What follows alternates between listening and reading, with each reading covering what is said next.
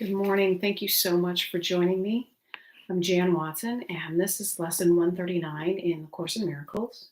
I will accept atonement for myself. Here is the end of choice, for here we come to a decision to accept ourselves as God created us. And what is choice except uncertainty of what we are? There is no doubt that it is not rooted here. There is no question but reflects this one. There is no conflict that does not entail the single, simple question, what am I? Yet who could ask this question except one who has refused to recognize himself? Only refusal to accept yourself could make the question seem to be so sincere. The only thing that can be surely known by any living thing is what it is. From this one point of certainty, it looks on other things as certain as itself. Uncertainty about what you must be is self-deception on a scale so vast, its magnitude can hardly be conceived. To be alive and not know yourself is to believe that you are really dead. For what is life except to be yourself? And what but you can be alive instead? Who is the doubter? What is it he doubts? Whom does he question? Who can he answer? He merely states that he is not himself, and therefore being something else becomes a questioner of what that something is. Yet he could never be alive at all unless he knew the answer. If he asks as if he does not know, it merely shows he does not want to be the thing he is. He has accepted it because he lives, has judged against it and denied its worth, and has decided that he does not know the only certainty by which he lives. Thus he becomes uncertain of his life, for what it is has been denied by him. It is for this denial that you need atonement.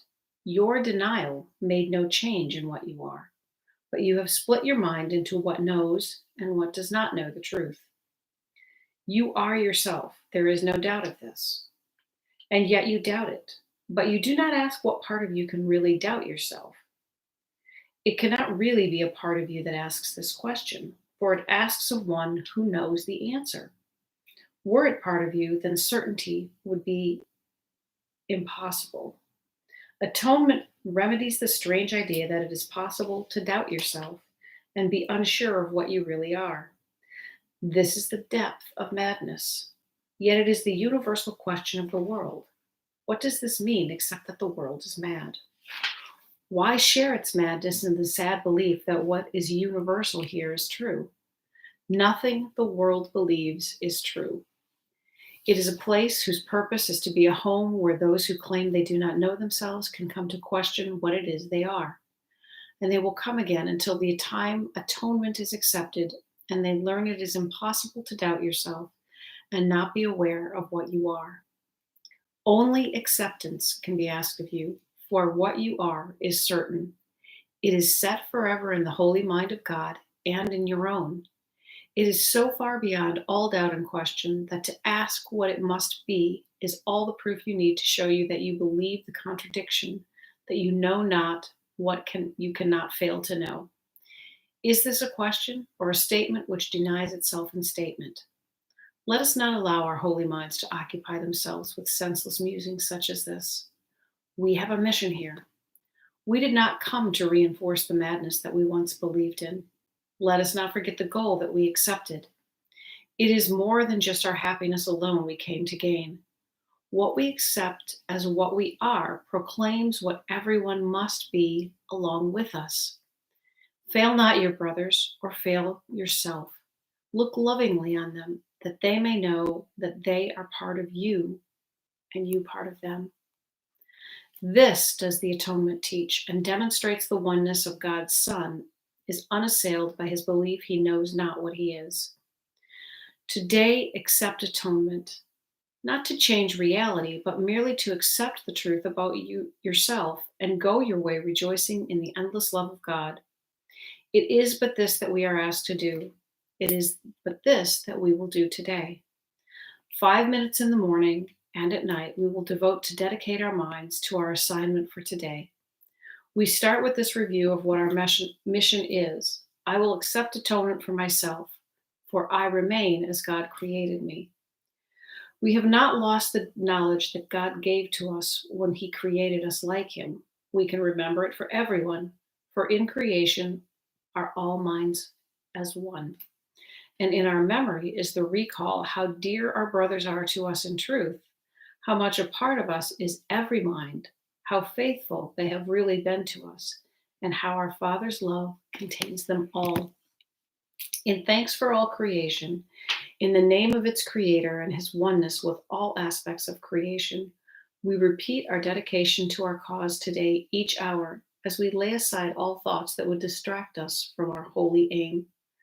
For several minutes, let your mind be cleared of all the foolish cobwebs which the world will weave around the Holy Son of God, and learn the fragile nature of the chains that seem to keep the knowledge of yourself apart from your awareness, as you say, I will accept atonement for myself, for I remain as God created me. And that is the end of lesson 139. I will accept atonement for myself. Atonement is that knowledge of the joining. It is that knowledge of the oneness that we all are. And so when we accept that, then we begin to see everyone and everything as a part of who we are, rather than as all the separateness that we see in this world. So let's just go on to the lesson channel with Tina Spalding. You are blessed beings indeed. I am that one that you know as Jesus. The atonement brings you back into a united state of mind. It is this that we seek with this lesson, that you do not constantly argue with yourself or constantly judge yourself. Think about it. If you do or don't do something and then judge yourself for it, you demonstrate a split mind. Who decided to do it or not do it, and who decided to judge or not judge? There are seemingly two beings inside your consciousness, and this causes a lot of stress, anxiety, and fear, for a mind divided cannot rest. That is where most of you in the West find yourselves, those racing minds and the inability to sleep, waking up in the middle of the night and worrying because you see yourself as separate from God. You see your own mind even as separated from itself because you argue with yourself all the time.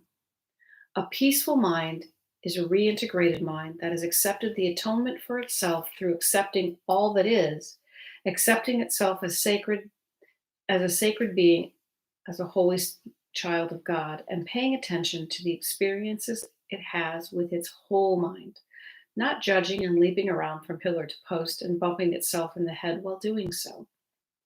This is what you do when you feel anxious and create fear in your mind. You argue with yourself. You judge yourself. You hate yourself. You loathe yourself. A perfect demonstration of self-loathing is constant dieting to improve the body to make yourself acceptable to others, where you demean yourself by only seeing yourself as a body and not developing your other beautiful skills of intelligence, creativity, compassion, and kindness. You want to become something so beautiful, radiant, and glorious that everyone loves you.